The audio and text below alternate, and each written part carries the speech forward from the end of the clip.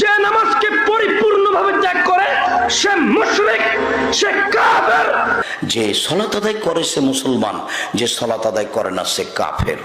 জেনে বুঝে ইচ্ছায় স্বেচ্ছায় সজ্ঞানে সালাত পড়ে না, এই দুই শ্রেণীর মানুষ কাফের, সরাসরি কাফের। কোন জায়গায় কোরআনের একটি আয়াত অথবা রাসূলুল্লাহর হাদিস দেখাতে পারবেন না যে বেনামাজি মুসলিম এই কথাটি আছে। বেনামাজিরা জানবে কি করে? সালাত ত্যাগ করলে যে মানুষ ইসলাম থেকে খারিজ হয় সেটা তো আলেমরাই জানে না। সালাত যে ব্যক্তি আদায় করে না সে কি কাফের? হাদিসের ভাষায় যে সালাত ছেড়ে দিল সে কাফের, সে কুফরি করল। ইবনে মাজা প্রথম খণ্ড 1079 নম্বর হাদিস।